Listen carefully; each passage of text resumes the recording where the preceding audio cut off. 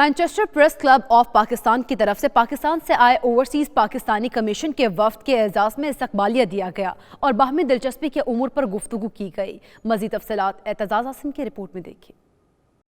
استقبالیہ تقریب کے موقع پر پاکستانی ویلفیئر اتاشی فضا نیازی، ڈپٹی لارڈ میئر عابد چوہان، سینئر صحافیوں سمیت مانچسٹر کی کاروباری شخصیات بھی بڑی تعداد میں موجود تھیں۔ اس موقع پر اوورسیز پاکستانی کمیشن کے وائس چیئرمین وسیم اختر کا کہنا تھا کہ تحریک انصاف کی حکومت اداروں کی مضبوطی کے لیے دن رات کام کر رہی ہے۔ ان کا کہنا تھا کہ اس حوالے سے قانونی تبدیلیاں بھی لائی جا رہی ہیں۔ اوورسیز پاکستانی کمیشن کے وائس چیئرمین وسیم اختر کا مزید کہنا تھا کہ سپریم کورٹ کے حکم کے مطابق اوورسیز کے مقدمات کا فیصلہ 6 ماہ کے اندر ہونا چاہیے۔ اس فیصلے پر سختی سے عمل درآمد ہو رہا ہے۔ ممبر پنجاب اسمبلی ندیم عباس بارہ سمیت دیگر افراد کا کہنا تھا کہ انہوں نے اوورسیز پاکستانیوں کے مسائل کے حوالے سے آگاہی حاصل کی ہے۔ پاکستان واپس جاتے ہی وہ اسمبلی میں اس حوالے سے آواز اٹھائیں گے اور اوورسیز پاکستانیوں کی پریشانیوں کو حل کرنے کے لیے بھرپور کوشش کریں گے۔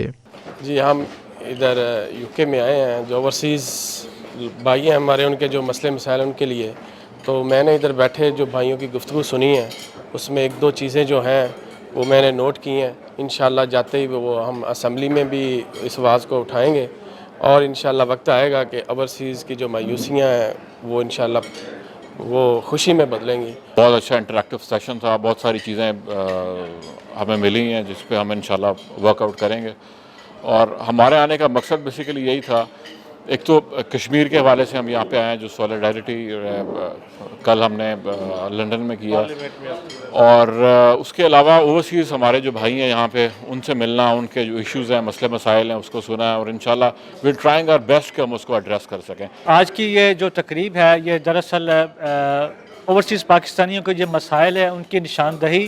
اور وہ میکنزم جو کہ پنجاب اوورسیز کمیشن جو ہے، جس کے آج وائس چیئرمین یہاں پہ آئے ہیں، ان کے ساتھ MP ہیں اور گورنمنٹ آفیسرز ہیں، ان کے ساتھ یہ گفتگو کا مقصد یہ تھا کہ ان تمام مسائل کو کس طرح ایڈریس کیا جائے، ان مسائل کا حل کیسے کیا جائے، اور وہ اپلیکیشنز اور جو اوورسیز پاکستانی یہاں پہ رہ رہے ہیں، وہ پریس کلب پاکستان نے ان تمام مسائل کو اجاگر کیا ہے۔ ان کے ساتھ انہوں نے بڑی ایک سیر حاصل بحث کی ہے اور انہوں نے یہ بتایا ہے کہ جو کمیونٹی کو یہاں پہ موجود مسائل ہیں ان کو ہم حل کس طریقے سے کریں۔ پاکستان کے اداروں میں ریفارمز کی ضرورت تھی، وہ کیے جا رہے ہیں اور کافی حد تک وہ ہو چکے ہیں، اور وہ بالکل جو مشکلات ہیں اوورسیز پاکستانیوں کو، ان کو مد نظر